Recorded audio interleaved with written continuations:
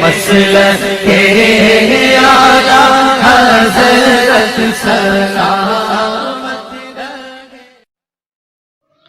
بسم اللہ الرحمن الرحیم، نحمدہ ونصلی ونسلم علی رسولہ الکریم، اما بعد۔ معزز سامعین و ناظرین، وہابیہ دیابندہ اسماعیلیہ فرقہ اپنی جہالتوں کی وجہ سے مسلمانوں کو مشرک، بدعتی، گمراہ، گستاخ ثابت کرنے کے لیے اپنی طرف سے اصول گھڑ لیتے ہیں۔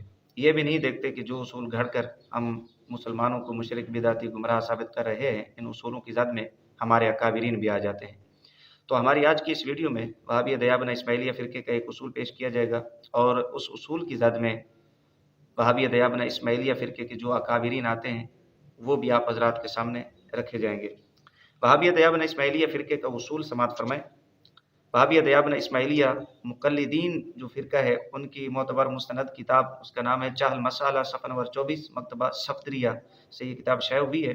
اور مزے کی بات یہ ہے کہ وہابیہ دیابندہ اسماعیلیہ فرقے کے امام مولوی سرفراز خان صفدر گکھڑوی کی اس کتاب پہ تقریز ہے، اور وہابیہ دیابندہ اسماعیلیہ فرقے کا ہی اصول ہے کہ جو کتاب کا مقرض ہوتا ہے وہ اس کتاب کا بھی ذمہ دار ہوتا ہے۔ اصول ہے کہ حضور علیہ السلام کے مبارک الفاظ پر بڑھانا، خواہ بڑھائے گئے الفاظ کے معنی صحیح بھی ہوں، کس قدر جرم ہے۔ اس طرح تو ہر ایک آدمی جو چاہے بڑھا دیا کرے، صاحب وحی علیہ السلام کے مبارک کلمات کی کیا قدر رہے گی۔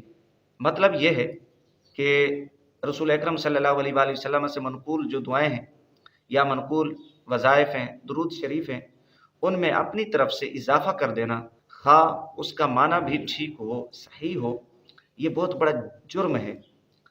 اگر ہم اپنی طرف سے اضافہ کریں تو پھر نبی رسالت صلی اللہ علیہ وآلہ وسلم کے مبارک الفاظ کی کیا قدر رہے گی۔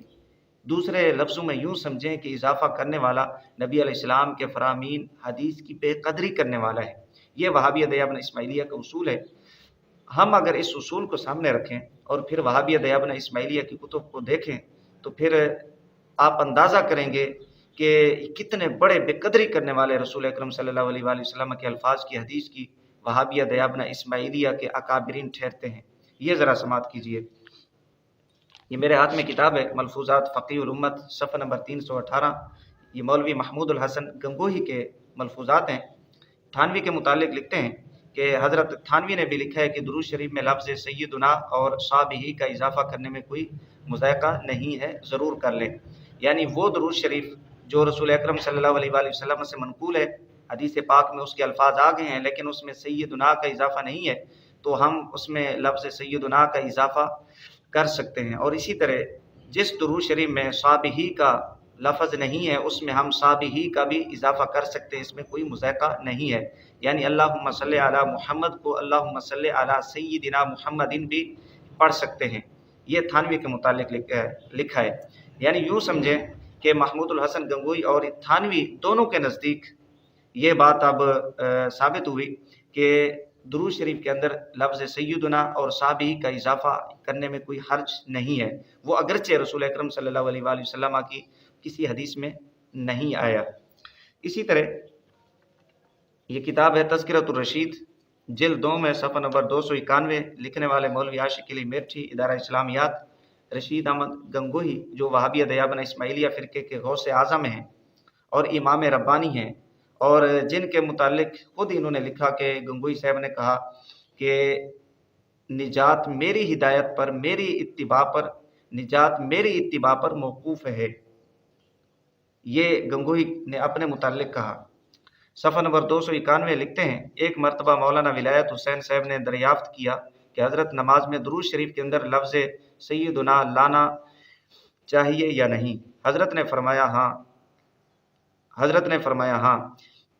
مولوی صاحب نے عرض کیا کہ کسی روایت میں لفظ سیدنا پایا نہیں گیا۔ حضرت امام ربانی نے فرمایا اگرچہ جناب رسول اللہ صلی اللہ علیہ وآلہ وسلم نے لفظ سیدنا نہ فرمایا ہو، مگر ہمیں یہی لائق ہے کہ ملائیں۔